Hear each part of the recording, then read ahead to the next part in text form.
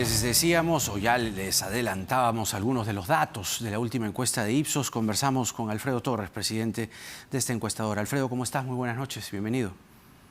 Buenas noches, Jaime. ¿Qué te parece si miramos algunos de los cuadros y los vamos comentando? El primer cuadro la pregunta que será más reiterativa en los meses que vienen. Quedan 6 para las elecciones y mañana fueran las elecciones y se presentan los siguientes candidatos por quién votaría. Ahí está George Forsyth, 19, Daniel Urresti, 7, Keiko Fujimori, 7, Verónica Mendoza, 5, Julio Guzmán, el mismo número, 5, César Acuña, 4. Digamos, hay otros más, los hemos mencionado hace un momento. Estos son Alfredo Barnechea, Johnny Lescano, Hernando de Soto, Ollanta Humala, y hay otros más, Sillonis, Salaverry, también con el mismo porcentaje. Blanco Viciado, 14%. Y no emite opinión o no sabe, no opina, un 16%. Ciertamente, Alfredo, es prematuro hablar de a 6 meses en el Perú, sobre todo de una situación así. George Forsyth cae 4 puntos.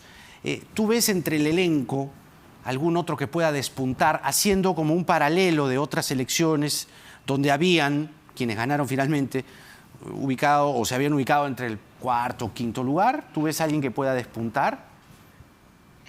Bueno, primero es normal que el puntero caiga.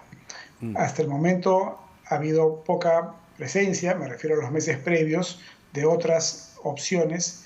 En estas semanas últimas sí estamos viendo ya un poco más de actividad y lo vamos a seguir viendo en las próximas, sobre todo cuando se acerquen las elecciones internas en algunos partidos. Entonces, es normal que lo que crecen, los pequeños, digamos, sea a costa del que está adelante.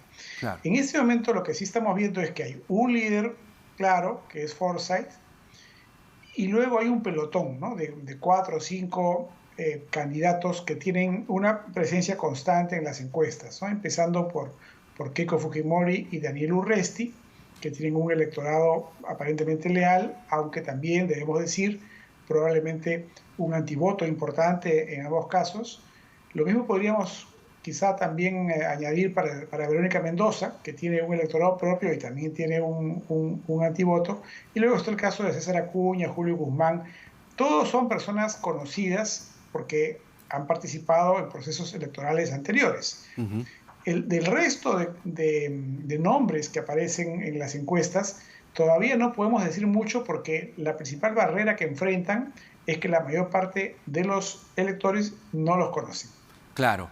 Ahora, ¿cuántas de las cosas que han venido sucediendo y las que están pasando ahorita nomás pueden, o qué mensajes, qué temas pueden incorporarse en la campaña? Te lo pregunto primero por lo que ha pasado ayer en Chile. Vamos a analizarlo más adelante desde allá. Pero lo que ha pasado en Chile podría eventualmente contagiar el discurso y hablar de nueva constitución. ¿Es algo que tú ves inminente por la cercanía, en fin, por la historia, por lo que ha pasado? Es probable que de un sector de la izquierda traigan este tema al debate en el Perú, pero la verdad es que para la mayor parte de la ciudadanía los temas centrales siguen siendo corrupción y seguridad, que ya lo eran hace 5 años, y ahora se ha sumado la crisis económica, digamos, el desempleo que genera la pandemia y el tema de la salud, ¿no es cierto? Puede introducirse otros temas, seguramente. Hay la reforma del Estado en general, en la cual de distintos ángulos muchas personas tienen pues una opinión de que es necesario. Hemos visto cosas que han funcionado muy mal en esta pandemia, precisamente en el sector salud, por ejemplo, pero eso no necesariamente lleva a una reforma de la Constitución. Sin embargo, no dudo de que vaya a haber una demanda por ese lado, una influencia chilena al respecto, ¿no? Claro, claro.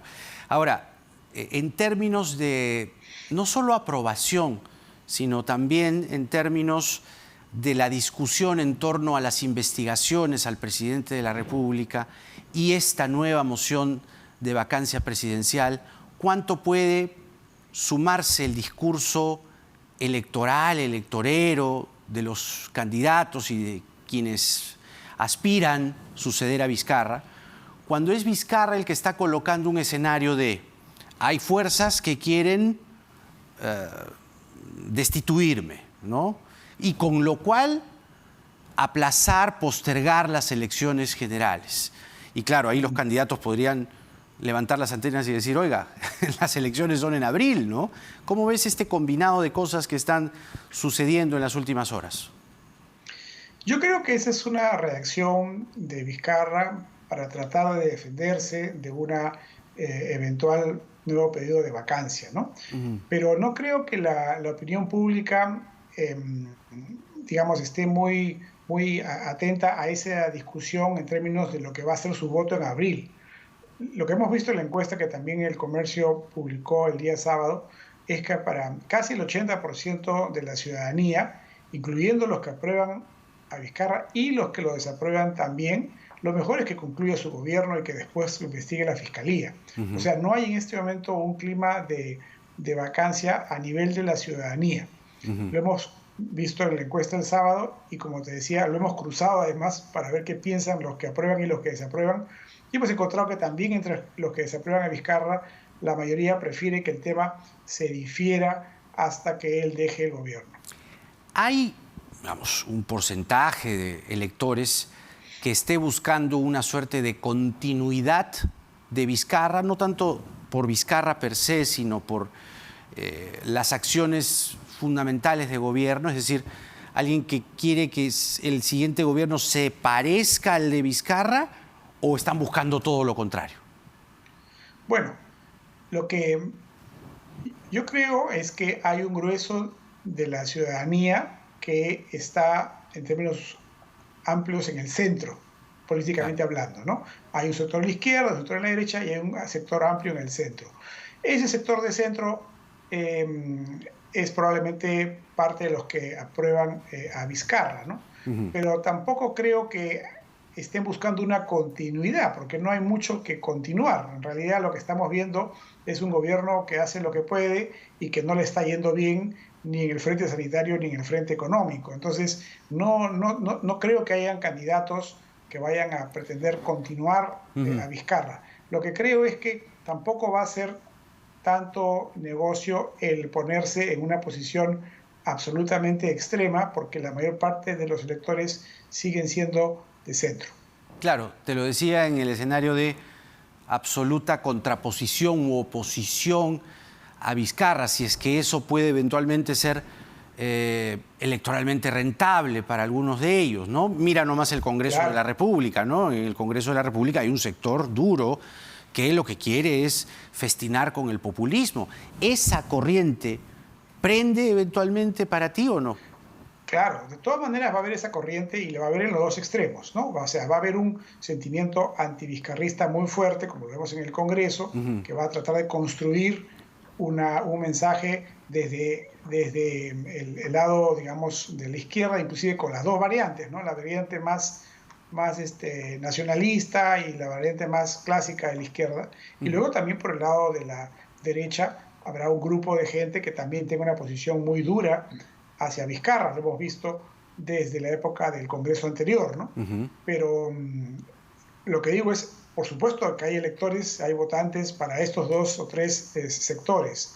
Lo que digo es que igual va a haber muchos candidatos, entre los cuales algunos de los favoritos, que probablemente van a hablar más hacia adelante que hacia atrás, ¿no? O sea, no, su discurso, su campaña no va a estar construida sobre Vizcarra, que va a ser ya el pasado, sino sobre lo que se venga después, ¿no? Habrá que criticar muchísimo lo que se ha hecho en este gobierno, sin la menor duda, pero no va a ser ese el eje central de la campaña, ¿no? Claro, o sea, sin lugar a dudas, la crítica es parte de la campaña, o será parte de ella, en la medida de candidatos que quieran desmarcarse u ofrecer nuevas opciones. Pero, como te decía, este grupo, de alguna forma radical, del Congreso que ha optado por una nueva moción de vacancia, ha quedado por lo menos demostrado que una de sus inspiraciones fue el reo Antauro Humala, uno de sus mentores, ¿no es así? Entonces, hay otros sectores,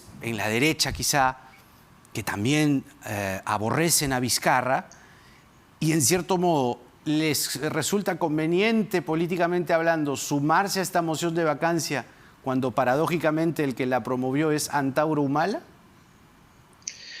Me imagino que los sectores que detestan a Vizcarra van a disfrutar, digamos, el proceso de deterioro de Vizcarra, pero no creo en este momento que haya un consenso para la salida de Vizcarra, porque lo que se viene lo que se vendría es demasiado incierto, ¿no? Entonces, me parece que probablemente ambos extremos podrían apoyar que se produzca una vacancia en el sentido de la discusión en el Congreso, pero no la votación que termine llevando a la salida del presidente, ¿no? Claro, o sea, sí que se discute el tema porque la sombra de la investigación fiscal que pende sobre Vizcarra cada fin de semana o cada interdiario, pues uno va conociendo un nuevo testimonio, ¿no? ¿En qué medida, a tu juicio, esas investigaciones o esas imputaciones que van apareciendo podrían abonar en favor de esa nueva moción de vacancia?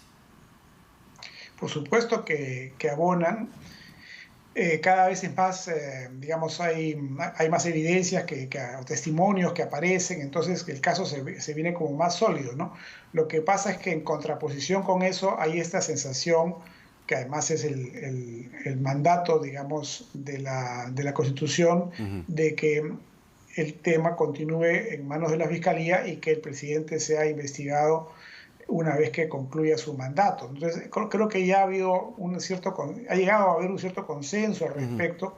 Entonces, estas denuncias lo que hacen es eventualmente deteriorar la imagen del presidente, limitar su capacidad de gestión, pero poco más.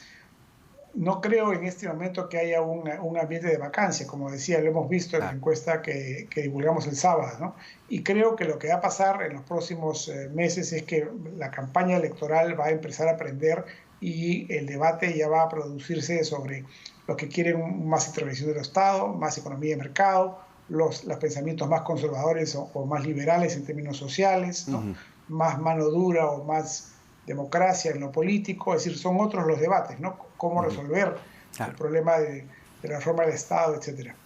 A 6 meses de las elecciones hemos conversado con Alfredo Torres, presidente ejecutivo de Ipsos. Gracias, Alfredo. Hasta una próxima oportunidad. Como siempre, bienvenidas tus apreciaciones y tus observaciones. Muy bien, decía bien Alfredo Torres que un elemento que va a sumar al discurso de la campaña que está comenzando, todavía son precandidatos, pero ya tenemos más o menos un panorama del elenco que postulará a la presidencia de la República. Digo que parte del discurso va a alimentarse con lo que ha pasado ayer en Chile. Un plebiscito con más del 78% de los votos le ha dado la victoria al apruebo, que se ha impuesto de manera contundente en Chile, con lo cual lo que va a pasar es el inicio de un proceso complejo y de muchos retos para el vecino del sur. Vamos a la pausa y regresamos con la politóloga Julieta Suárez Cao, porque nada está dicho.